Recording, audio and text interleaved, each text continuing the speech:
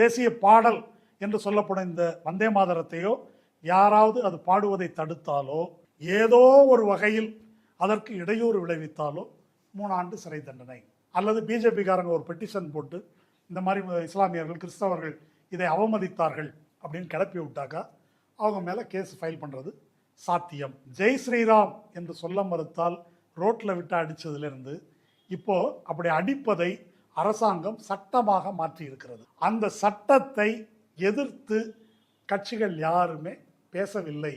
RSS சாக்காக்களில் மட்டுமே நேற்று வரையில் பாடப்பட்டு வந்த வந்தே மாதரம் முழு பாடல் இனி அரசாங்க நிகழ்ச்சிகள் அனைத்திலும் முழுமையா பாடப்படும். திமுக MP 2 பேர் பேசியிருக்கிறாங்க. ஆனா இன்னைக்கு காங்கிரஸ்காரர்களும் தாவேகாவின் கூட்டணி கட்சிகளா இருக்கிறவங்களும் என்ன பேசிட்டு இருக்கிறாங்க? திமுக பிஜேபியோட போகுது, திமுக பிஜேபியை ஆதரித்தால் அதை எதிர்ப்போம் கண்டிப்போம். நடக்கும்போது இன்னைக்கு பிஜேபிக்கு ஆதரவாக திட்டமிட்டு செயல்பட்டு இருக்கிறீர்கள். இப்ப நான் சொன்ன விஷயங்கள் எல்லாம் காங்கிரஸ் தலைவர்களுக்கு தெரியாதா? கட்சிக்காரர்களுக்கு யாருக்கும் தெரியாதா? கம்யூனிஸ்ட் கட்சிகளுக்கு தெரியாதா? ஏன் பேசல நாடாளுமன்றத்தில்? உங்களுடைய மௌனத்துக்கு என்ன காரணம்? அட்ஜஸ்ட் பண்ணி போறீங்க. இதை பற்றி பேசினால் இந்து விரோதின்னு சொல்லிடுவான், அடக்கி வாசிப்போம் என்பதுதான் உங்களுடைய கருத்து. இப்படித்தானே RSS வளர்ந்திருக்குது. இந்தியாவிலேயே தமிழ்நாடு என்ற இந்த மண்ணை தவிர எந்த இடத்தில் சனாதனத்துக்கு எதிராக, பார்ப்பனியத்துக்கு எதிராக, இந்து தேசியத்துக்கு எதிராக சமரசம் இல்லாத குரல் ஒலித்திருக்கிறது? இங்க மட்டும்தான். இன்னைக்கு அந்த குரல் தமிழ்நாட்டிலேயே மங்கிடுச்சு. தமிழ்நாடே மண்ணு மாதிரி இருக்குது. அல்லது கிறிஸ்தவ இஸ்லாமிய மக்கள் குறிப்பிடத்தக்க அளவுக்கு விஜயை நம்பி ஓட்டு போட்டுருக்கிறாங்கல்ல, அல்லது IUML சேர்ந்தவங்க, அவங்க இதுக்கு என்ன பதில் சொல்ல போறாங்க? சிறுபான்மை மக்களை பாரதிய ஜனதாவுக்கு பலி கொடுக்கின்ற ஒரு பச்சை துரோகத்தை அவர்கள் செய்து கொண்டிருக்கிறார்கள் தாவேகா ஆதரவு என்ற பேர்ல. தாவேகாவினுடைய இந்த மௌனம் சதித்தனமானது. அந்த சதித்தனமான மௌனத்தை யார் நியாயப்படுத்துகிறார்கள் என்றால் கூட்டணி கட்சிகள் பிசிகாவும் IUML காங்கிரஸும் அவங்களுக்கு மேக்கப் போட்டு அவங்கள மதசார்பற்றவர்களாக காட்டுகிறார்கள். CPI CPM இதை கண்டிச்சு பேசுறது இல்லை.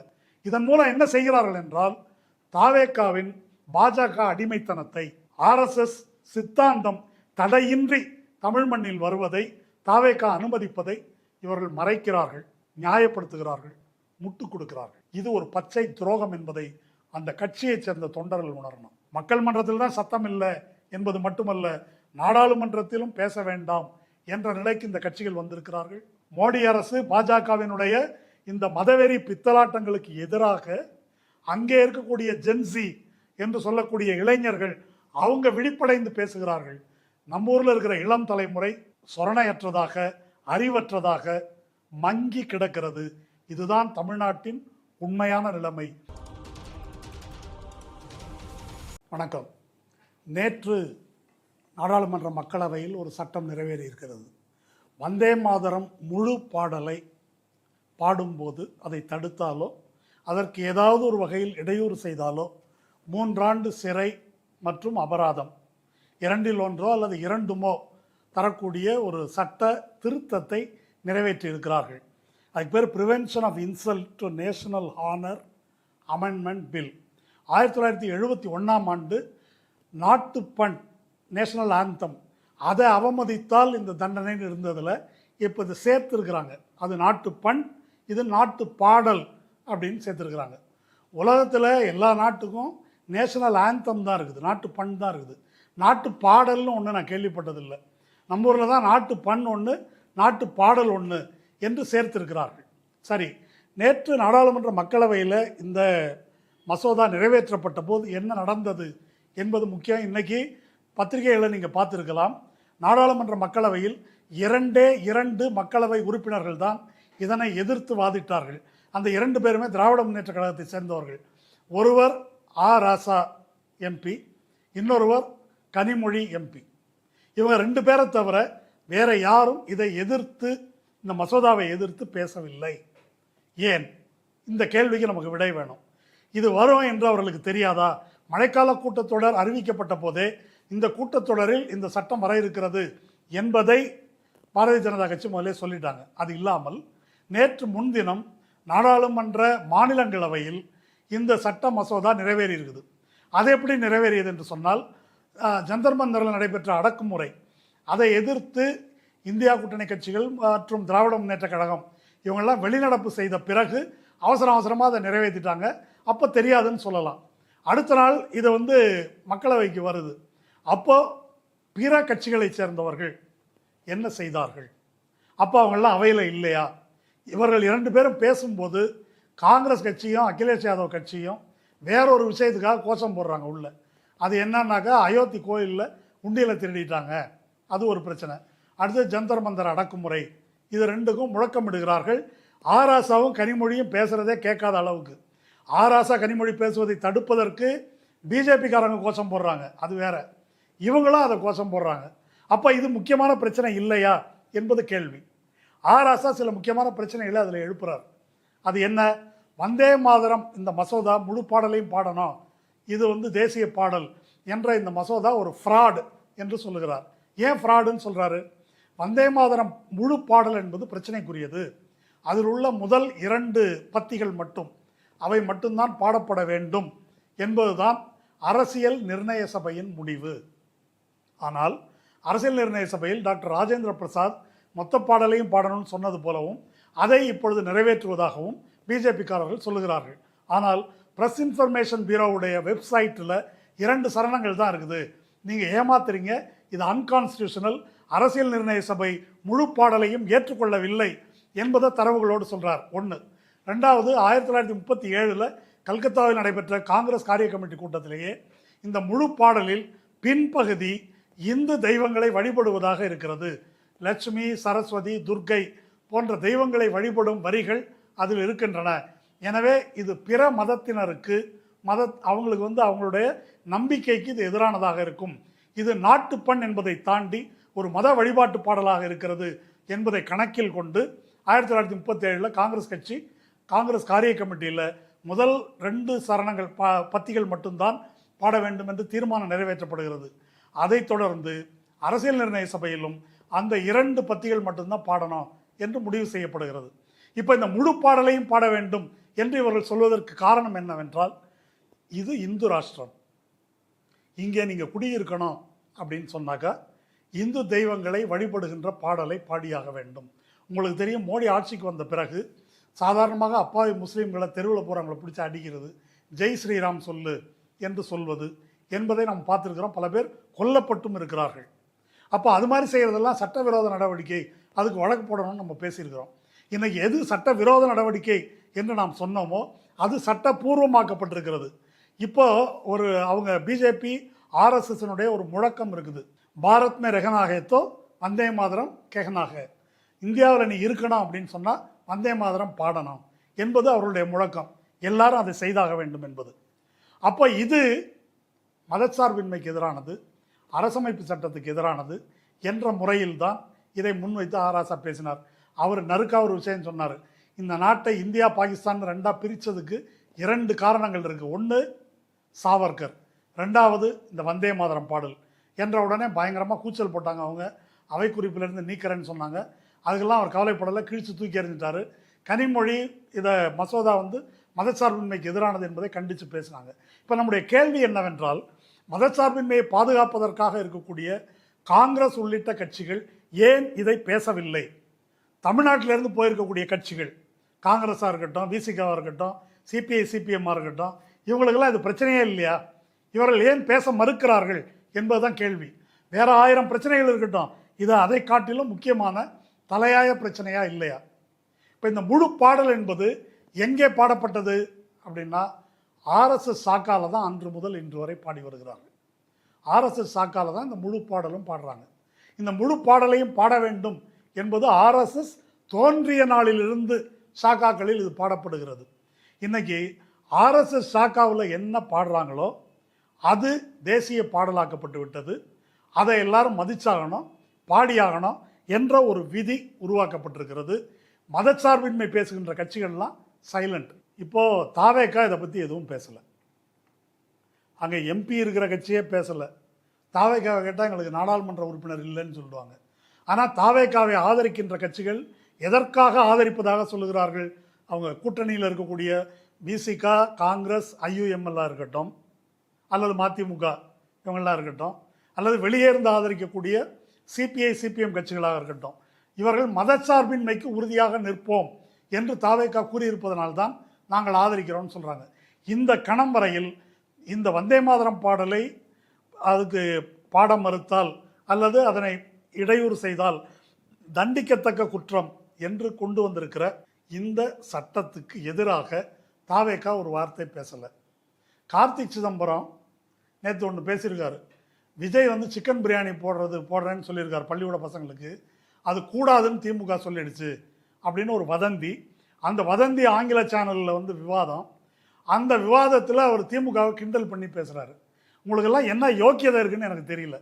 கார்த்திக் சிதம்பரம் பேசுகிறதுக்கு என்ன கேடு? அல்லது ப. சிதம்பரம் இருக்கிறாரு, அவர் ராஜ்யசபாவில் இருக்கார், அவர் பேசுகிறதுக்கு என்ன கேடு? லோக்சபாவில் தான் இருக்கார், அவர் பேசுகிறதுக்கு என்ன கேடு? இந்த கட்சிகள் எல்லாம் இருக்கிறார்களே, இவரெல்லாம் பேசலை. மாணிக்கம் தாகூர் பயங்கரமாக கம்பு சுற்றுறாரு, அவர் ஏன் பேசலை? இந்த கேள்விகளை நாம் எழுப்ப வேண்டும். விசிகா திருமாவளவன் கூட வெளியே வந்து திரௌபதி முர்மு இதில் கையெழுத்து போடக்கூடாதுன்னு அவர் அறிக்கை விடுறாரு. அவங்க உடனே கையெழுத்து போட்டிருப்பாங்க. இதில் சந்தேகம் வேறையா? அப்போ இந்த மதச்சார்பின்மை பேசுகின்ற கட்சிகள் எல்லாம் சிறுபான்மை சமூகத்தினரை கைவிட்டு விட்டன. சிறுபான்மை சமூகம்னா நம்ம முஸ்லீம் என்று மட்டும்தான் நினைக்கிறோம்.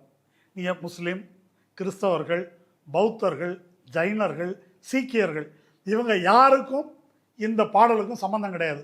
கூடுதலாக நாத்திகர்கள், பகுத்தறிவாளர்கள். எதற்காக இதை பாட வேண்டும் என்ற கேள்வியை வந்து எழுப்பணும். இது முறைகேடானது, அரசமைப்பு சட்டத்துக்கு எதிரானது. நீங்கள் வந்து மெஜாரிட்டி நமக்கு இல்லை, அவங்கள்ட்ட மெஜாரிட்டி இருக்குது நிறைவேற்றிடுவாங்க என்பது வேறு. மெஜாரிட்டி இல்லைன்றதுக்காக கருத்து ரீதியாக போராடாமல் இருப்பீங்களா? கருத்து ரீதியாக மக்களிடம் இதை கொண்டு செல்ல வேண்டாமா? இதற்கு எதிராக மக்கள் மத்தியிலே ஒரு பிரச்சாரம் மேற்கொள்ள வேண்டாமா? பார்லிமெண்ட்லேயும் பேசலை, மக்கள் மத்தியிலையும் பேசலை. ஆனால் மனோன்மணிய சுந்தரனார் பல்கலைக்கழகத்தில் தமிழ்த்தாய் வாழ்த்து 3ஆவதாக பாடிட்டாங்க, நாங்கள் விடமாட்டோம் அப்படின்னு ஏதோ பயங்கரமாக உண்டு இல்லைன்னு பார்த்துருவோன்னு காங்கிரஸ்காரங்கள்லாம் சீனை போடுறாங்க. அந்த அமைச்சர் உயர்கல்வி டான்சர் இருக்கார்ல, உயர்கல்வித்துறை டான்சர், அவர் வந்து அந்த இதில் பங்கேற்கவில்லை, அதுவே ஏதோ ஒரு பயங்கரமான புரட்சி போல பேசுகிறார்கள். தாவேக்கா இதில் எங்களுக்கு உடன்பாடு இல்லை அப்படின்னு உடனே ஒரு அறிக்கை விடுறாங்க. மனோன்மணிய சுந்தரனார் பல்கலைக்கழகத்தில் தமிழ்த்தாய் வாழ்த்தை எழுதியவர் மனோன்மணிய சுந்தரனார். அந்த பல்கலைக்கழகத்திலே தமிழ்த்தாய் வாழ்த்துக்கு 3ஆவது இடமா என்று பேசி கொண்டிருக்கிறார்கள். நான் அதில் வேறொரு ஆங்கிள் இருக்குது, அதை சொல்கிறேன். இந்த மனோன்மணியம் சுந்தரனார் 1892 திருவனந்தபுரத்தில் ஒரு கருத்தரங்கில் விவேகானந்தர் இங்கே வர்றாரு, அதாவது அமெரிக்காவுக்கு போகிறதுக்கு முன்னால். அந்த கருத்தரங்கில் வந்து அவர் இந்து ஒற்றுமை பற்றி பேசுகிறாரு.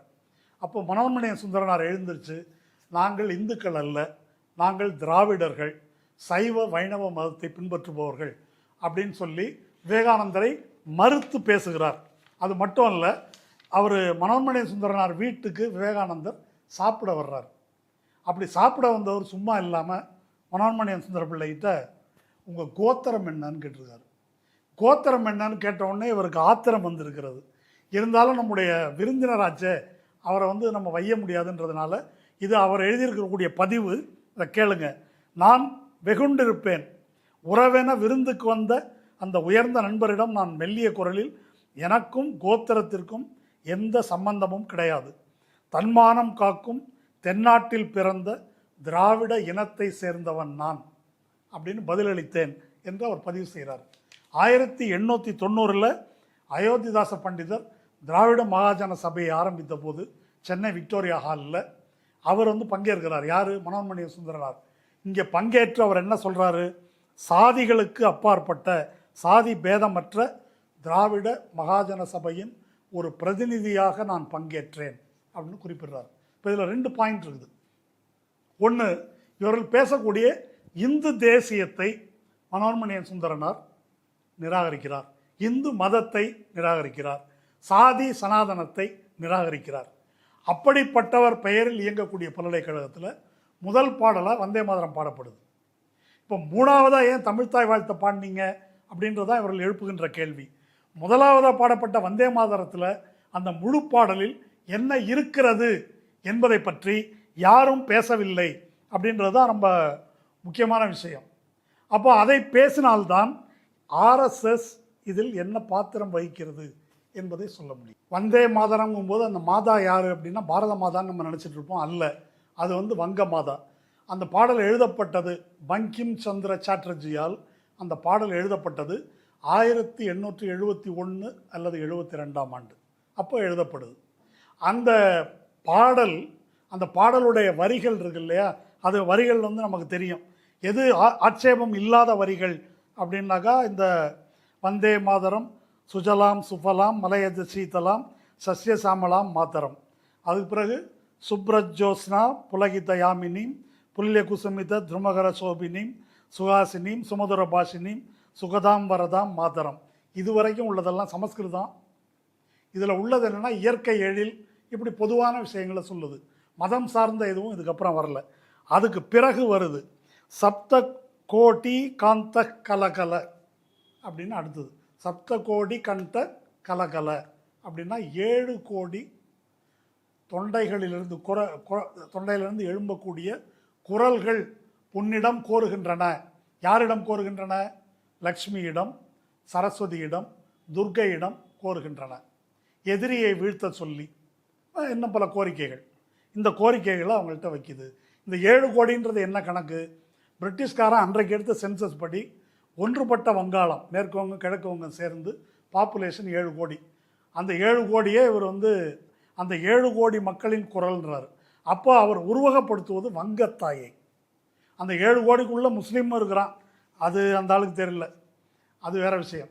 அப்போது வங்கத்தாயின் பாடல் இப்போ முதல்ல பாடப்படுவது பாரத தாய் பாட்டு இல்லை, வங்கத்தாய் பாட்டு. 3வது பாடப்படுவது தமிழ்த்தாய் வாழ்த்து. இப்போ இந்த வங்கத்தாய் பாடல் எதற்காக இந்த பாட்டு வந்தது, அது ஏன் இவ்வளவு பிரச்சனைக்குரியதாக இருக்குது என்பதை புரிந்து கொள்வதற்கு கொஞ்சம் வரலாற்றில் பின்னோக்கி நம்ம போகணும். மேற்கு வங்காளத்தில் வெள்ளைக்காரன் முதல்ல இந்தியாவில் கால் பதித்தது வரலாறு புத்தகம் படித்தவங்களுக்கு தெரியும். ராபர்ட் கிளைவ் தான் பிளாசி போரில் வென்றார் அப்படின்னு சொல்லி பார்ப்போம். பிளாசி போரில் வங்காளத்தில் இருந்த நவாப் சிராஜ் உத்தவுலாவை பிளாசி போரில் அவர் வென்றார்.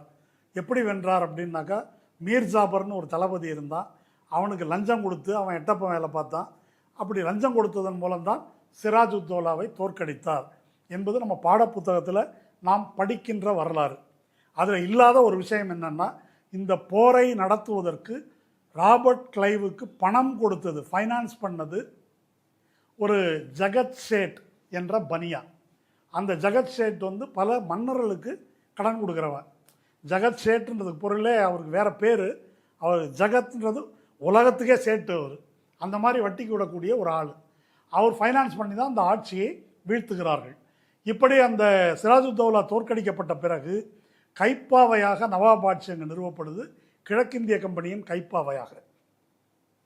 அந்த கைப்பாவை ஆட்சியில் 1870, 80கள் இந்த காலகட்டத்தில் 60, 70களிலேயே கடுமையான பஞ்சம் நிலவுது. இந்த கிழக்கிந்திய கம்பெனிக்கு வருவாய்க்கு என்ன செய்கிறாங்க? வரி வசூல் செய்யணும். அப்போ இந்த ஜமீன்தார்களைப் போல நில உடைமையாளர்களை நியமித்து ஒரு 1000 ஏக்கர் 500 ஏக்கருக்கு நியமித்து விவசாயிகளை கசக்கி பிழிந்து வரி வசூல் செய்து அந்த காசை அவர்கள் எடுத்துக்கொள்கிறார்கள்.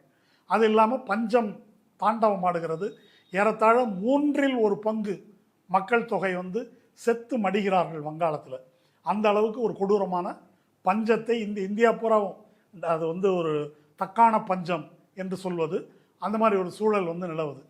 அந்த சூழலை சித்தரிக்கும் விதமாக ஒரு நாவலை பங்கிம் சந்திர சாட்டர்ஜி எழுதுகிறார். இப்போ பங்கிம் சந்திர சாட்டர்ஜி என்பவர் யார் அப்படின்னாக்கா, அவர் பிறந்த ஆண்டு 1838, 94 இறக்குறார். 1838 அப்போ வங்காளத்தினுடைய நிலைமை என்ன? 1838 பிறக்கிறாரு. உங்களுக்கு தெரியும், 1857 தான் சிப்பாய் கழகம் என்று அழைக்கப்படுகின்ற சுதந்திர போராட்டம் நடக்குது. அந்த போராட்ட காலத்தில் வெள்ளையர்களுக்கு ஆதரவாக இருந்தவர்கள் வங்காளத்தைச் சேர்ந்த பார்ப்பனர்கள், காயஸ்தா போன்ற உயர் சாதியைச் சேர்ந்தவர்கள் வெள்ளைக்காரனுக்கு ஆதரவாக இருக்கிறாங்க. 1857 அந்த போராட்டத்துக்கு எதிராக இருக்கிறார்கள். அப்போ அவர்களுக்கு நம்பகமான நபர்கள் இவங்க. அந்த வகையில் வங்காளத்தில் இந்த சீர்திருத்தங்களை வெள்ளைக்காரர்கள் கொண்டு வருகிறார்கள். இங்கே பங்கிம் சந்திர சாட்டர்ஜி அந்த காலகட்டத்தில் இந்த நிலவுடைமையாளர்கள் ஏழைகளை துன்புறுத்தி வரி வசூலிக்கின்ற காலத்தில் ஒரு கட்டம் வரைக்கும், அதாவது 1870 தொடங்கி கொஞ்ச காலத்துக்கு அவர் சமத்துவம் பேசுகிறார், ஜாதியை எதிர்த்து பேசுகிறார், பெண் அடிமைத்தனத்தை எதிர்த்து பேசுகிறார், ஏழைகள் கொடுமைப்படுத்தப்படுவதை எதிர்த்து பேசுகிறார். இதெல்லாம் ஒரு வேடிக்கை. இதெல்லாம் 1870களில். 1880 வாக்கில் வெள்ளைக்காரர்கள் சில கணக்கெடுப்புகள் எடுத்து ஒடுக்கப்பட்ட சாதிகளைச் சேர்ந்தவர்கள் அவர்களுடைய வாழ்க்கையை மேம்படுத்துவது தொடர்பாக, அது இல்லாமல் குடியானவர்கள், குத்தகைதாரர்கள் அவங்களுடைய வாழ்க்கையை உத்தரவாதப்படுத்துவதற்காக சில சீர்திருத்தங்களை கொண்டு வருகிறார்கள். இதை ஒட்டி விவசாயிகளுடைய அமைப்புகள் போராட்டங்கள் தொடங்குகின்றன நில உடைமையாளர்களை எதிர்த்து. நில உடைமையாளர்களாக இருக்கிறது யார்? பார்ப்பன ஆதிக்க சாதிகளை சேர்ந்தவர்கள் பெரும்பாலும். அது இல்லாமல் விவசாயிகளாக இருப்பவர்கள், சிறு உடைமையாளர்களாக விவசாயிகளாக இருந்தவங்களாம் யாருன்னாக்கா இஸ்லாமியர்கள், பெரும்பகுதி குடியானவர்கள். அந்த சிறு உடைமையாளர்களாக இருந்த விவசாயிகள் மத்தியில் அந்த காலகட்டத்தில் சணல் விவசாயம் அறிமுகப்படுத்தப்படுது. அதனால் அவங்களுக்கு கொஞ்சம் வசதி ஏற்படுது, தொழில் வளர்ச்சி ஏற்படும் காலம், அது வசதி ஏற்படுது. இதெல்லாம் சமூகத்தில் ஏற்படக்கூடிய மாற்றம். இந்த மாற்றத்துக்கு பிறகு 1880 வாக்கில் அவர் இந்த சமத்துவம் பேசுவது, சாதியை எதிர்த்து பேசுவது, பெண் அடிமைத்தனத்தை எதிர்த்து பேசுறது, இதெல்லாம் பங்கிம் சந்திர சாட்டர்ஜி கொஞ்சம் அடக்கி வாசிக்கிறார், மாற்றிக்கொள்கிறார். இந்த வரலாறை சொல்லும்போது நீங்கள் பாரதியாரை கொஞ்சம் நினைவுபடுத்திக்கணும். பாரதியார் ஒரு கட்டத்தில் பார்ப்பானை ஐயர் என்ற காலமும் போச்சு, அதுவே இதுவே உச்சி மீது வானிடிந்து வீடுகின்ற போதிலும், இதெல்லாம் ஒரு கட்டம் வரைக்கும் வந்து எழுதுகிறார். பின்னால் ஒரு கட்டத்தில் ஆரிய சமூகம் அதை பற்றி பேச ஆரம்பிக்கிறாரு, அத்வைதம் பேச ஆரம்பிக்கிறாரு, பார்ப்பனர் அல்லாதார் இயக்கம், நீதி கட்சி, இவற்றை எதிர்த்து பேச ஆரம்பிக்கிறார். இதெல்லாம் பாரதியாருடைய பின்பகுதியில் வரக்கூடிய விஷயம். அதை ஏறத்தாழ கொஞ்சம் முன்னால் இது எல்லாமே வங்காளத்தில் நடக்குது. 1880 வாக்கில் இந்த பங்கிம் சந்திர சாட்டர்ஜி என்ன செய்கிறாருன்னா, அப்போ தான் இஸ்லாமிய வெறுப்பு, இந்து தேசிய அரசியலை அவர் பேச தொடங்குகிறார். இந்து தேசிய அரசியல் என்று அதை சொல்வதை விட சனாதன அரசியல் அப்படின்னு சொல்லலாம். அதே காலகட்டத்தில் ஆரிய சமாஜம் என்ற ஒரு அமைப்பை தயானந்தர் உருவாக்கி இங்கே வந்து பிரச்சாரம் பண்ணுறாரு. அந்த ஆரிய சமாஜம் என்பது என்ன சொல்லுதுன்னாக்கா, வேத காலத்தில் இருந்தது போல இருக்கணும், அப்போ பிறப்பின் அடிப்படையில் சாதி இல்லை, அந்த மாதிரி மாற்றங்களை கொண்டு வரணும், பார்ப்பன புரோகித வர்க்கம் இந்த மதத்தை நாசமாக்கிடுச்சு, அதையெல்லாம் மாற்றி அமைக்கணும், இஸ்லாமுக்கும் கிறிஸ்தவர்களுக்கும் போனதை அவங்கள திரும்ப கர்வாப்சி கொண்டு வரணும். இதெல்லாம் ஆரிய சமாஜம் முன்வைத்த கருத்துகள். மிக முக்கியமாக ஆரிய சமாஜம் உருவ வழிபாட்டை எதிர்க்கிறது. வேத காலத்தில் உருவ வழிபாடு கிடையாது, வேள்வி மட்டும்தான்.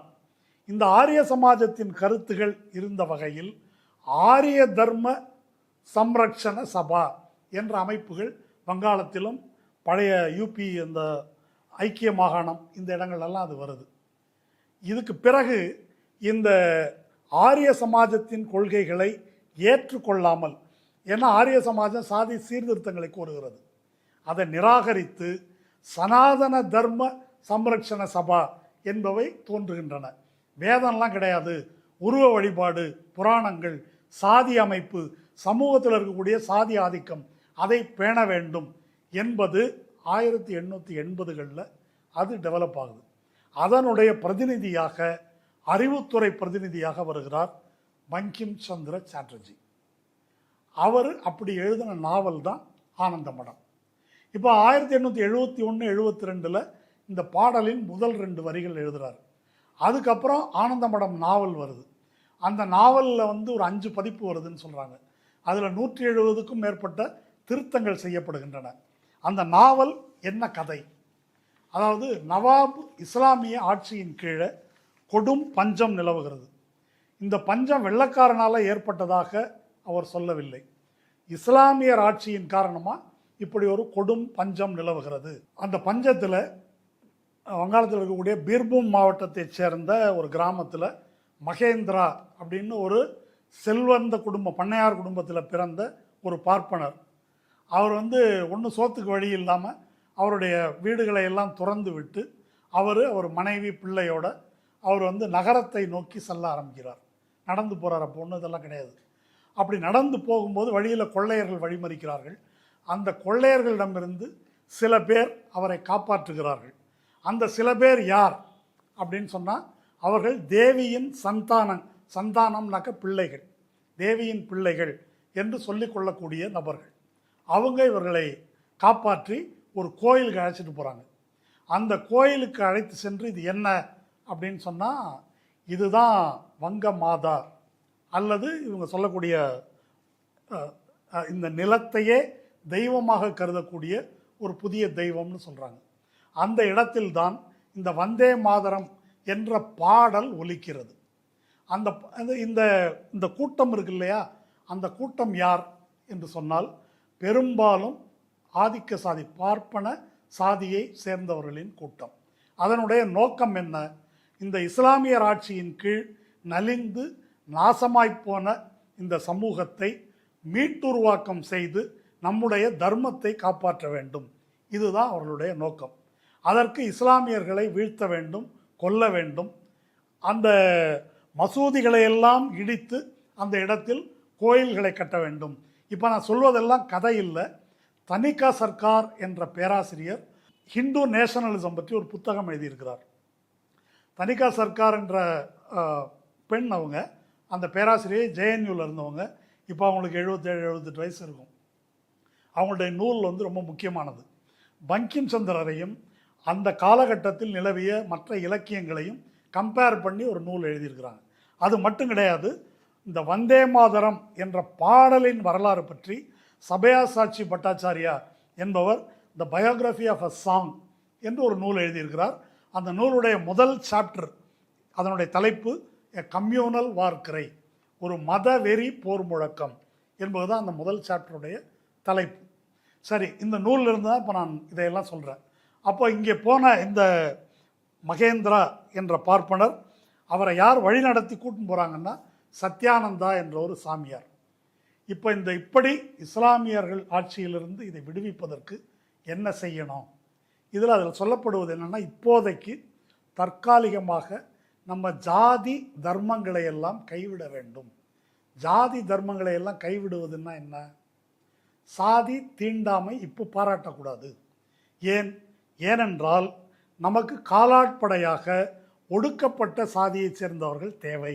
இதெல்லாம் அந்த நாடகத்தில் இருக்குது. அது எதுவரைக்கும் தேவை என்றால், இந்த போரில் நாம் இஸ்லாமியர்களை வீழ்த்தும் வரையில் இது தேவை. இதை நான் அதிலே படித்து காமிக்கிறேன். அதுக்கு ஒரு உறுதிமொழி எடுத்துக்கணும். A pledge which requires him to abdicate caste privileges for the duration of the war. Leadership must be earned by the suspension of privilege, even if temporary. இது முடிந்து நம்ம வெற்றி பெற்ற பிறகு மறுபடியும் ஜாதி உண்டு, சனாதன தர்மம் நிலைநாட்டப்படும். இது அப்பட்டமாக பச்சையாக அதில் இடம்பெற்றிருக்கிறது. இது மட்டுமல்ல, அந்த தெய்வத்தை அவர் சித்தரிக்கிறதுல 2 இருக்குது. இன்றைக்கி நம்ம பார்க்கக்கூடிய காளி என்ற தெய்வம் ஒரு பழங்குடி தெய்வம். அந்த பழங்குடி தெய்வத்தையும் எடுத்துக்கிறாரு. அது இல்லாமல் நம்ம லட்சுமி சரஸ்வதி மாதிரி ஒரு பார்ப்பன கடவுளுக்குரிய தோற்றம் உடையது, இது 2ஐயும் எடுத்துக்கிறாங்க. ஏன் இது 2ஐயும் எடுத்துக்கிறாங்க? பழங்குடி மக்களை தம் பின்னால் திரட்டுவதற்கு காளி என்ற மண்டையோடுகளை அணிந்த கோரமான தோற்றம் கொண்ட நிர்வாணமான அந்த உருவம் தேவைப்படுது. இந்த பக்கம் வெள்ளாடை அணிந்த தாமரைப்பூவில் வீற்றிருக்கின்ற ரொம்ப அப்படியே மெல்லியலாலான அப்படி ஒரு தேவி இதற்கு தேவைப்படுது. இந்த 2 இமேஜஸையும் மெர்ஜ் பண்ணி தான் இந்த வந்தே மாதரம் என்று இந்த தெய்வத்தை உருவாக்கி சித்தரிக்கிறார். இந்த கதையில் அவர்கள் போரில் இறுதியாக இஸ்லாமியர்களை வெல்கிறார்கள். வென்ற பிறகு இந்த கதாநாயகனாக இருக்கார் இல்லையா மகேந்திரா, அவர் ஒரு வில்லனை வீழ்த்திட்டான், இன்னொரு வில்லன் பாக்கி இருக்கிறான வெள்ளைக்காரன், அதுக்கு என்ன செய்கிறது என்று கேட்கும்போது அந்த தெய்வம் அசரீரியாக உருவமற்றதாக ஒலிக்குது. அது என்ன சொல்லுது அப்படின்னு சொன்னால், the great being explains divine providence to him. தெய்வத்தினுடைய விதி என்னன்றதை அவருக்கு விளக்குது. The English will respect Hindu faith, Sanatana Dharma of Hindus by augmenting their knowledge of the material world. பிரிட்டிஷ்காரர்கள் சனாதன தர்மத்தை மதிப்பார்கள், போற்றுவார்கள். இந்த பொருளாதார உலகம் தொடர்பான அறிவை வழங்குவதன் மூலம் சனாதன தர்மிகளை வலுப்படுத்துவார்கள். அப்படின்னு அந்த தெய்வத்தின் குரல் சொல்லுது. அதனால் பிரிட்டிஷ் ஆட்சி நமக்கு நல்லது அப்படின்றது அந்த நாடகம் சொல்லி முடிக்கின்ற செய்தி. அந்த நாடகத்துக்குள்ளே வர பாடல் தான் இது. இப்போது பங்கிம் சந்திர சாட்டர்ஜி இப்படி சிந்திப்பதற்கு என்ன காரணம் என்றால், அவருடைய வகுப்பின் நலன், பார்ப்பன நிலவுடைமை வகுப்பின் நலன், அந்த நலனுக்கு விரோதமாக சில காரியங்கள், இந்த சூத்திர பஞ்சம சாதியினருக்கு கல்வி அளிப்பதோ அல்லது நிலம் குத்தகைதாரர் உரிமை சார்ந்த சில விஷயங்களை அளிக்கும்போது இந்த கிளாஸுடைய நலன் பாதிக்கப்படுது. அவர் பங்கிம் சந்திரர் எந்த எந்த கட்டம் வரைக்கும் மனிதாபிமானியாக இருக்கிறார்னாக்கா, அவர்களுடைய மேலாதிக்கம் சமூகத்தில் நிலவும் வரையில் அவர் சிறந்த மனிதாபிமானி போல தோற்றமளிக்கிறார். இதை நீங்கள் பாரதியாரோட பிற்காலத்தோட அப்படியே பொருத்தி பார்க்கலாம். இதை மகாராஷ்டிரத்துக்கு வந்தீங்கன்னா ஆர்எஸ்எஸ்ஸின் தோற்றத்தோடு நாம் சேர்த்து பார்க்கலாம். ஆர்எஸ்எஸ்ஸின் தோற்றம் இன்னைக்கு பீமா கொரேகான், அதில் பொய்க்குற்றம் சாட்டப்பட்டு உள்ளே இருக்கிறாங்க. பீமா கொரேகான் வரலாறு என்ன? பேஷ்வாக்கள் என்ற பார்ப்பன மன்னர்கள் ஆட்சியை கிழக்கிந்திய கம்பெனியின் படையில் போர் வீரர்களாக இருந்த மகர் என்ற தலித் சமூகத்தைச் சேர்ந்த போர் வீரர்கள் வீழ்த்துகிறார்கள். அந்த வெற்றியை கொண்டாடும் விதமாகத்தான் பீமா நதிக்கரையில் அந்த நினைவு தூண் எழுப்பப்பட்டிருக்கிறது. அப்போது அதை கொண்டாடும் விதமாக நடந்த நிகழ்ச்சிக்கு தான் அவங்க எல்லாரையும் மாவோயிஸ்டுகள் தீவிரவாதிகள்னு வழக்கு போட்டாங்க. இப்போ அந்த இடத்தில் ஆர்எஸ்எஸ் என்ற அமைப்பு தோன்றுவதற்கு காரணம் இஸ்லாமியர்கள் என்பது அல்ல, மாறாக சூத்திர பஞ்சம சாதியினர் வர்ண தர்மத்துக்கு விரோதமாக சாதி ஆதிக்க சமூகத்தை நிராகரித்து அவர்கள் கல்வி பெறுகிறார்கள், ஃபுலே போன்றவர்கள் வருகிறார்கள், கல்வி பெறுகிறார்கள், அல்லது அவர்கள் ஆயுதமேந்தி நம்மை தோற்கடிக்கிறார்கள் என்பதுதான் ஆர்எஸ்எஸ் என்ற அமைப்பு உருவாவதற்கு காரணம். அது 1920s அது நடக்குது. இங்கே 1880களிலேயே அதற்கான விதை வங்கத்தில் போடப்படுது. அதே பீரியடில் தான் விவேகானந்தர் என்ற இந்து சீர்திருத்தம் பேசிக்கொண்டு அப்படி ஒரு துறவி அங்கேருந்து கிளம்பி வருவதை நாம் பார்க்கிறோம். இது எல்லாமே இந்த இந்து தேசியவாதத்தினுடைய வெவ்வேறு முகங்கள் என்று நாம் புரிந்து கொள்ள வேண்டும். இப்போ இந்த காலகட்டத்தை பேசும்போது பொதுவாக பாரதியாரை டிஃபெண்ட் பண்ணக்கூடியவங்க, அவர் அந்த காலத்துக்கு அவ்வளோ தூரம் இருந்ததே பெரிய விஷயங்க, அதுக்கு மேலே இப்படியெல்லாம் பேசக்கூடாது என்று சொல்வார்கள். அந்த பார்வை தவறானது. ஏன்னா இப்போது நம்ம பங்கிம் சந்திர சாட்டர்ஜியை பேசுகின்ற இதே காலகட்டத்தில் இதே வங்காளம் மற்றும் பீகார் இந்த பகுதிகளில் ஒரு சீரியஸான ஒரு போராட்டம் நடக்குது.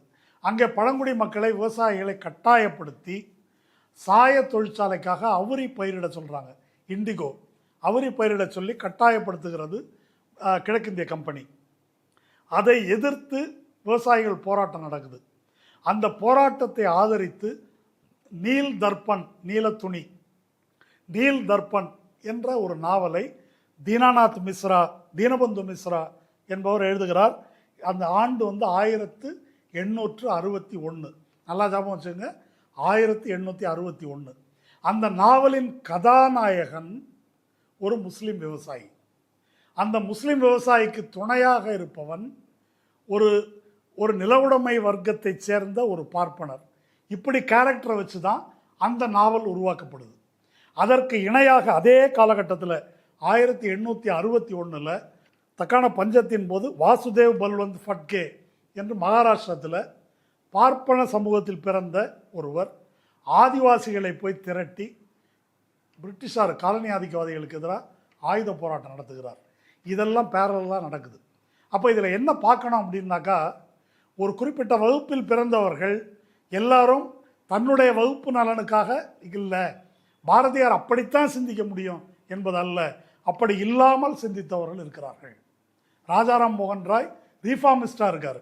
அதே காலகட்டம், கொஞ்சம் முன்னால் அந்த காலகட்டத்தை சேர்ந்தவர். அப்போ அதுக்கு பின்னால் ரவீந்திரநாத் தாகூர் வர்றார். ரவீந்திரநாத் தாகூர் கரே பைரேன்னு ஒரு நாவல், அவருடைய கதை. அந்த கதையில் நிக்கிலேஷ் என்பவன் கதாநாயகன். அந்த கதாநாயகன் வந்தே மாதரத்தை எதிர்த்து பேசுகிறான். இது ரொம்ப முக்கியம். இந்த பூமியை, தாய்நாட்டை கடவுளாக நான் வழிபட முடியாது.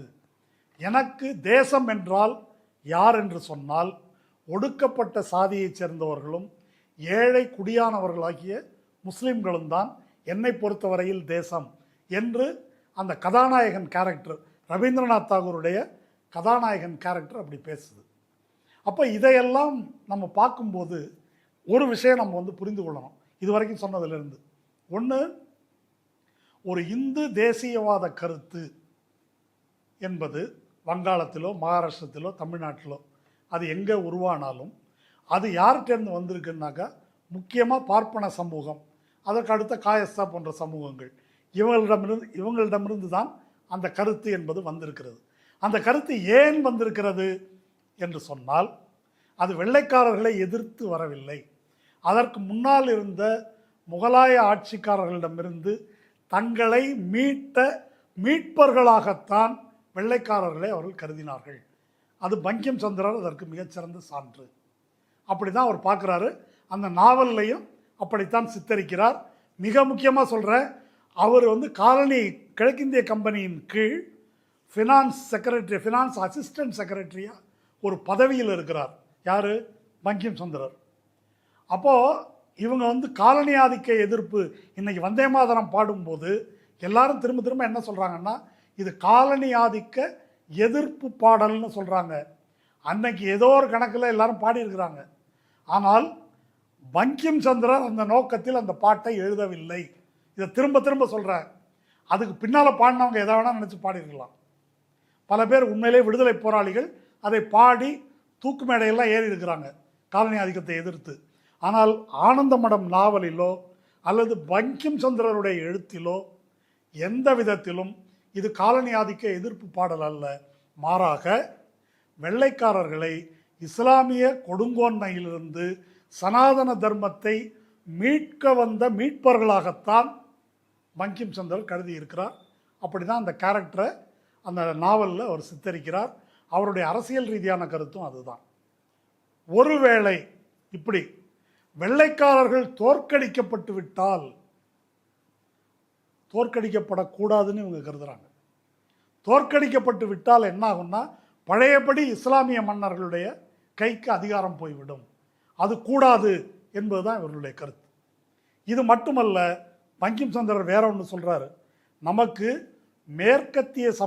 மேற்கத்திய காலனி ஆதிக்கவாதிகளுடைய நவீன விஞ்ஞான அறிவு வேணும், சனாதன தர்மமும் வேணும். இது ரெண்டையும் இணைத்து விட்டால் நம்ம யாரும் வெல்ல முடியாது என்பது பங்கிம் சந்திரர் எழுதியிருக்கக்கூடிய கருத்து. அதனால் இன்னைக்கு இப்போ விபிஎஸ்ஏன்னு ஒரு இது கொண்டு வர போகிறாங்க, விக்சித் பாரத் சிக்ஷா அதிஷ்டான். அதில் அப்புறம் இப்போ யூஜிசி கொண்டு வரக்கூடிய இந்தியன் நாலேஜ் சிஸ்டம் என்று சொல்லி இவங்க பிற்போக்குத்தனங்கள், மூட நம்பிக்கை, ஜோசியத்திலேருந்து எல்லாத்தையும் யூனிவர்சிட்டி பாடத்திட்டத்தில் கொண்டு வராங்க. இப்படி கொண்டு வரும்போது பிஜேபி நரேந்திர மோடி சொல்வது என்னன்னாக்கா, இது டீகாலனைசேஷன் சொல்கிறாங்க. காலனி ஆதிக்க மனோபாவம், மெக்காலே அடிமைத்தனம், இதை நாங்கள் நீக்குகிறோம், நம்ம இந்திய அறிதல் முறைக்கு பழக்கப்படுத்துகிறோம் என்று அவர்கள் சொல்லுகிறார்கள். அது பொய். காலனி ஆதிக்கத்தை நீக்குவது இவர்களுடைய நோக்கம் அல்ல. மாறாக காலனி ஆதிக்கத்துக்கு இவர்கள் அடிமையாக இருந்தார்கள் என்பதுதான் உண்மை. ஆர்எஸ்எஸ் அப்படி அடிமை வேலை பார்த்தாங்க என்பது நம்ம எல்லோருக்கும் தெரியும். நேதாஜி சுபாஷ் சந்திர போஸ் ஐஎன்ஏக்கு ஆள் திரட்டும் போது சாவர்கர் வெள்ளைக்கார ஆர்மியில் போய் சேர சொன்னார். இதுக்கெல்லாம் டாக்குமெண்ட்ரி எவிடன்ஸே இருக்குது, மறுக்க முடியாது. இதில் பிரச்சனை என்னன்னு கேட்டால், சாவர்கர், கோல்வால்கர் போன்றவர்களுக்கெல்லாம் முன்னால் இந்த பங்கிம் சந்திரர் போன்ற நபர்கள் கருத்தியல் ரீதியாக இதைத்தான் முன்வைத்தார்கள். அப்போ நாம் இதை சம பண்ணி பார்த்தோம் அப்படின்னா, இது விடுதலை போராட்டத்துக்காக எழுதப்பட்ட காலனி ஆதிக்க எதிர்ப்பு பாடல் அல்ல. இது சனாதன தர்மத்தை உயர்த்தி பிடிக்கின்ற பாடல். யாருக்கு எதிராக சனாதன தர்மத்தை உயர்த்துகின்ற பாடல்னா, முஸ்லிம்களுக்கு எதிராக சனாதன தர்மத்தை உயர்த்துகின்ற பாடல். சனாதன தர்மத்தை உயர்த்துகின்ற பாடல் என்றால் அதன் பொருள் என்னவென்றால், ஆக பெரும்பான்மையான சூத்திர பஞ்சம மக்களுக்கு எதிரான ஒரு பாடல். அந்த பாடலை தான் இன்னைக்கு நாட்டுப்பாடல் என்று சொல்லி அதை முதல்ல பாடணும். அதை பாடலைன்னா தண்டனை என்று சொல்லுகிறார்கள். இதில் வெறும் கடவுள் பற்றிய பிரச்சனை அல்ல இது. பங்கிம் சந்திரருடைய மொத்த கருத்து என்ன, அவர் எதை பாதுகாக்க விரும்புகிறார், எதற்காக அதை எழுதியிருக்கிறார். இதில் வேற சில பேர் சொல்லுவாங்க, அந்த பாட்டு வேறங்க, ஆனந்த மடம் என்ற அந்த நாவல் வேற, ரெண்டையும் பிரித்து பார்க்கணும்பாங்க. அப்படி அல்ல. இதை பற்றி தணிகா சர்க்கார் தெளிவாக எழுதியிருக்கிறாங்க. முதல்ல அந்த 2 வரி எழுதுகிறாரு, அதுக்கப்புறம் பிந்தைய வரிகள் எழுதப்பட்டு அந்த நாவலின் அங்கமாக சேர்க்கப்படுகின்றன. அவர் சாகின்ற வரையில் இந்த கருத்தில் தான் இருக்கிறார். அந்த 5 பதிப்புகளிலும் இந்த வடிவத்தில் தான் அது இடம்பெற்றிருக்கிறது. அப்படி இருக்கிற காரணத்தினால்தான் சாவர்கர் போன்றவர்கள் இதை தேசிய கீதமாக்க வேண்டும் என்று போராடினார்கள். ஆனந்தமடம் நாவலில் இப்போ பங்கிம் சந்திரர் சொல்லக்கூடியதை இன்னைக்கு ஆர்எஸ்எஸ் செய்வதோடு கொஞ்சம் ஒப்பிட்டு பாருங்கள். இன்னைக்கு பிஜேபியில், முன்ன பார்ப்பன பனியா கட்சி என்று அழைக்கப்பட்ட பிஜேபியில் கணிசமான அளவு பிற்படுத்தப்பட்ட தாழ்த்தப்பட்ட சமூகங்களை சேர்ந்தவர்கள், பழங்குடியின சமூகத்தை சேர்ந்தவர்கள் அவங்க உள்வாங்கப்பட்டிருக்கிறார்கள். இதை அவங்க எப்படி காமிச்சுக்கிறாங்க? அம்பேத்கர் சிலை, அம்பேத்கர் படம், அப்படி எல்லாத்தையும் முன்னிறுத்துகிறார்கள். இதையெல்லாம் வைத்து என்ன செய்கிறார்கள் என்றால், அவர்கள் விரும்புகின்ற இந்து ராஷ்டிரத்தை அமைப்பதற்கான காலாட்படையாக இவர்களை பயன்படுத்துகிறார்கள். அது குஜராத் ரைட்டாக இருக்கட்டும், ராம ஜென்மபூமி கலகமாக இருக்கட்டும், அல்லது விநாயகர் ஊர்வல கலகமாக இருக்கட்டும், எல்லா இடத்திலும் காலாட்படையாக இஸ்லாமியர்கள் மீது தாக்குதல் தொடுப்பதற்கு பயன்படுத்தப்படுபவர்கள், கிறிஸ்தவர்கள் மீது தாக்குதல் தொடுக்க பயன்படுத்தப்படுபவர்கள் யாருன்னா சூத்திர பஞ்சம சாதிகளை சேர்ந்த சாதாரண மக்கள். அவர்களில் சிலரை தேர்ந்தெடுத்து பதவி கொடுத்து மந்திரியாக்கி, வாரிய தலைவராக்கி, ஏதோ ஒன்றை கொடுத்து உட்கார வச்சிடுறாங்க. குடியரசுத் தலைவர் வரைக்கும் எல்லா பதவிகளையும் கொடுத்து விடுகிறார்கள். இப்படி கொடுப்பதன் மூலமாக நாங்கள் சாதி பார்ப்பவர்கள் அல்ல, சமத்துவமாக நடத்துகிறோம் என்ற தோற்றத்தை ஏற்படுத்துகிறார்கள். ஆனால் அது என்ன? அது கருவேப்பிலை மாதிரி பயன்படுத்த வேண்டும் என்று பங்கிம் சந்திரர் ஆனந்தமடம் நாவலில் தெளிவாக சொல்கிறார். முஸ்லீம்களை, முஸ்லீம் ஆட்சியை வீழ்த்துகின்ற வரையில் இவர்களை யூஸ் பண்ணிக்கிங்க. அப்போ இங்கே எந்த முஸ்லீமை வீழ்த்துவதற்காக? சிறுபான்மை சமூகத்தை 2ஆம் தர குடிமக்களாக்க, திராவிட இயக்கம், பொது உடைமை இயக்கம் போன்றவற்றை அழித்து ஒழிப்பதற்காக, முற்றுமுழுதாக இந்தியாவை குஜராத்தி பனியாக்களுக்கு உடைமையாக்குவதற்காக, பழைய சனாதன தர்மத்தை இந்த கால சூழலுக்கு ஏற்ப நிலைநாட்டுவதற்காக, அந்த அதிகாரம் வர வரைக்கும் பிசி, ஓபிசி, எஸ்சிக்கெல்லாம் பதவிகள் அளிக்கப்படும். அதற்கு பிறகு அவர்கள் அவரவர்க்கு உரிய இடத்தில் அமர்த்தப்படுவார்கள். அப்படிப்பட்ட ஒரு சித்தாந்த வழிகாட்டியாக ஆனந்தமடம் நாவல் இருக்குது. அந்த நாவலில் இந்த பாட்டு இருக்குது. அதனால தான் ஆர்எஸ்எஸ் இதை இந்த அளவுக்கு கொண்டாடுகிறது. வெறும் பாட்டு பற்றிய பிரச்சனை அல்ல, இது அவர்களுக்கான வழிகாட்டி. 3 பாடல்கள் அன்னைக்கு பாடப்பட்டது விடுதலை போராட்ட காலத்தில். ஒன்று வந்தே மாதரம், இன்னொன்று சாரே ஜஹான் சே அச்சா, அது இக்பால், கவிஞர் இக்பாலுடையது. 3வது வந்தே மாதரம். இதில் ஜனகணமன தான் தேசிய கீதமாக ஏற்றுக்கொள்ளப்பட்டது, நாட்டுப்பண்ணா.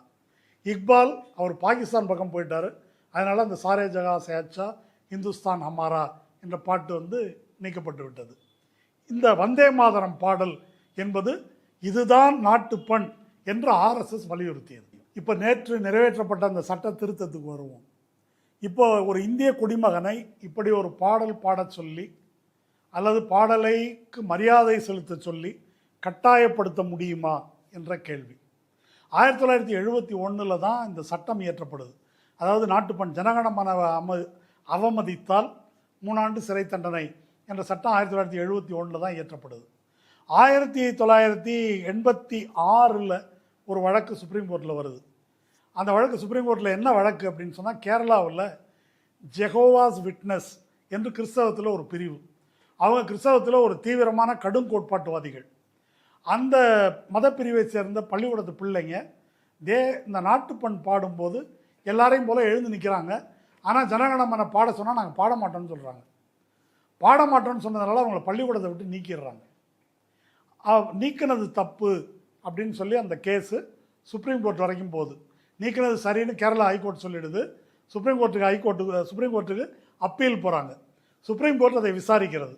சுப்ரீம் கோர்ட் விசாரிச்சுட்டு என்ன சொல்லுது அப்படின்னு சொன்னால், நாட்டுப்பண்ணை மதிப்பது அப்படின்னாக்கா மதித்து அவங்க எழுந்து நின்றுக்கிறாங்க. நாட்டுப்பண்ணை பாட சொல்லி கட்டாயப்படுத்த முடியுமா அப்படின்ற கேள்விக்கு உச்சநீதிமன்றம் அன்னைக்கு 1986 விடை அளிக்கிறது.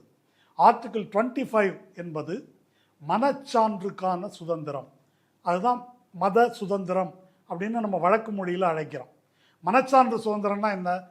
நம்பவோ நம்பாமல் இருக்கவோ சுதந்திரம்.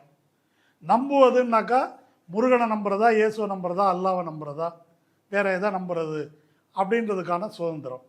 அதுக்கு பேர் தான் மனச்சான்று சுதந்திரம். அப்போது ஒரு மனச்சான்று சுதந்திரத்தின் அடிப்படையில் அதற்கு எதிராக இருக்கிறது என்று ஒரு குடிமகன் வந்து கருதினால் அதை நீ செஞ்சாகணும் என்று நாம் கட்டாயப்படுத்த முடியாது. எனவே இந்த பிள்ளைகளை பள்ளிக்கூடத்தை விட்டு நீக்கியது தவறு, பள்ளிக்கூடத்தில் சேர்த்துங்க. 1986 சுப்ரீம் கோர்ட் தீர்ப்பு. இன்றைக்கி இந்த சட்டம் இயற்றப்படுறது. இந்த சட்டம் வந்து எல்லாரும் வந்தே மாதரம் பாடியாகணும்னு சொல்லலை. மாறா என்ன சொல்லுது அப்படின்னாக்கா, whoever prevents the singing of national anthem or the national song, நாட்டுப்பண்ணையோ அல்லது இந்த தேசிய பாடல் என்று சொல்லப்படும் இந்த வந்தே மாதரத்தையோ யாராவது அது பாடுவதை தடுத்தாலோ அல்லது or causes disturbance to any assembly engaged in such singing, அப்படி பாடக்கூடியவர்கள் பாடிக்கொண்டிருக்கும் போது ஏதோ ஒரு வகையில் அதற்கு இடையூறு விளைவித்தாலோ 3 ஆண்டு சிறை தண்டனை. இந்த ஏதோ ஒரு வகையில் என்பதுக்குள்ள எப்படி வேணால் கொண்டு வரலாம், யாரை வேண்டுமானால் கொண்டு வரலாம். அப்படி கொண்டு வர வேண்டும் என்று பிஜேபி ஆட்சி செய்யக்கூடிய மாநிலம் அல்லது பிஜேபிக்காரங்க ஒரு பெட்டிஷன் போட்டு இந்த மாதிரி இஸ்லாமியர்கள் கிறிஸ்தவர்கள் இதை அவமதித்தார்கள் அப்படின்னு கிளப்பி விட்டாக்கா அவங்க மேலே கேஸ் ஃபைல் பண்ணுறது சாத்தியம் என்ற ஒரு வாய்ப்பை இது உருவாக்கி கொடுக்கிறது. இப்போ நம்ம பேசிய தொடக்க இடத்துக்கே வருவோம். ஜெய் ஸ்ரீராம் என்று சொல்ல மறுத்தால் ரோட்டில் விட்டு அடித்ததுலேருந்து இப்போது அப்படி அடிப்பதை அரசாங்கம் சட்டமாக மாற்றி இருக்கிறது. அந்த சட்டத்தை எதிர்த்து கட்சிகள் யாருமே பேசவில்லை என்ற இடத்தில் நாம் இருக்கிறோம். இதுக்கு என்ன பொருள்? ஆர்எஸ்எஸ் சாக்காக்களில் மட்டுமே நேற்று வரையில் பாடப்பட்டு வந்த வந்தே மாதரம் முழு பாடல் இனி அரசாங்க நிகழ்ச்சிகள் அனைத்திலும் முழுமையாக பாடப்படும். அதுக்கு பொருள் என்ன? எல்லாமே ஆர்எஸ்எஸ் சாக்காவாக மாறிடுச்சு. இப்போ இன்னும் என்னவெல்லாம் வரப்போகிறது? இப்போ இந்து ராஷ்டிரம் வராமல் தடுப்போம், அரசியல் நிர்ணய சட்டத்தை பாதுகாப்போம், மதச்சார்பின்மை அழிக்க விடமாட்டோம், ஏதோ எதிர்காலத்தில் நடக்க போகிற விஷயத்தை பற்றி பேசுவது போல இந்த கட்சிகள் பேசி கொண்டிருக்கிறார்கள். நாம் இந்து ராஷ்டிரத்துக்குள்ளே தான் இருக்கிறோம். படிப்படியாக ஒவ்வொன்றாக அது அமல்படுத்தப்படுகிறது.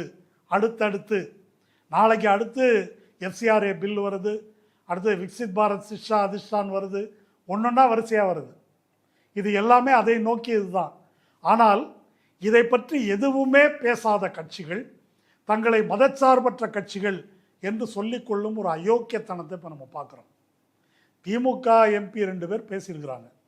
ஆனால் இன்றைக்கி காங்கிரஸ்காரர்களும் தாவேகாவின் கூட்டணி கட்சிகளாக இருக்கிறவங்களும் என்ன பேசிகிட்டு இருக்கிறாங்க? திமுக வந்து பிஜேபியோட போக போகுது. எப்போ போக போகுது? நாளைக்கு போக போகுது. ரகசியமாக பேசிகிட்டு இருக்கிறாங்க.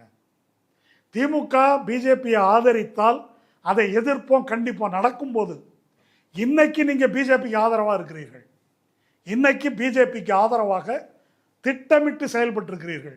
இப்போ நான் சொன்ன விஷயங்கள் எல்லாம் காங்கிரஸ் தலைவர்களுக்கு தெரியாதா? கட்சிக்காரர்களுக்கு யாருக்கும் தெரியாதா? கம்யூனிஸ்ட் கட்சிகளுக்கு தெரியாதா? ஏன் பேசலை நாடாளுமன்றத்தில்? உங்களுடைய மௌனத்துக்கு என்ன காரணம்? அட்ஜஸ்ட் பண்ணி போகிறீங்க. இதை பற்றி பேசினால் இந்து விரோதின்னு சொல்லிடுவான், அடக்கி வாசிப்போம் என்பதுதானே உங்களுடைய கருத்து. இப்படித்தானே ஆர்எஸ்எஸ் வளர்ந்துருக்குது. இந்தியாவிலேயே தமிழ்நாடு என்ற இந்த மண்ணை தவிர எந்த இடத்தில் சனாதனத்துக்கு எதிராக, பார்ப்பனியத்துக்கு எதிராக, இந்து தேசியத்துக்கு எதிராக சமரசம் இல்லாத குரல் ஒலித்திருக்கிறது? இங்கே மட்டும்தான். இன்னைக்கு அந்த குரல் தமிழ்நாட்டிலே மங்கிடுச்சு. தமிழ்நாடே மண்ணு மாதிரி இருக்குது. இப்படிப்பட்ட ஒரு கொடுமை நடக்குது. எந்த அசைவும் இல்லை தமிழ்நாட்டில். நாடாளுமன்றத்தில் திமுக சத்தம் போட்டுருக்குது. ஆனால் மனோன்மணி சுந்தரனார் நடந்தால் ஒன்றும் இல்லை. வந்தே மாதரம் பில்லுக்கு தாவேக்கா எதுவும் இங்கே நடந்தாலே பேசாது, டெல்லியில் நடக்கிறது எங்கே பேசுறது? அது ஏன் பேசலை அப்படின்னு இவங்க கூட்டணி கட்சிகள் கேட்க மாட்டாங்க. கேட்டாக்க நாங்கள் அறிவுறுத்தி இருக்கிறோம்பாங்க. இப்போ நாடாளுமன்றத்தில் சிபிஎம் எம்பி சு வெங்கடேசன் இருக்கார். அவர் பயங்கரமாக இதுக்கு எதிராக பேசுவார். அவரையும் பேசலை. அவருடைய நெருங்கிய நண்பர் விஜய் இருக்கிறார, அவற்றை இதை எதிர்த்து பேசுங்கன்னு சொல்லலாமே.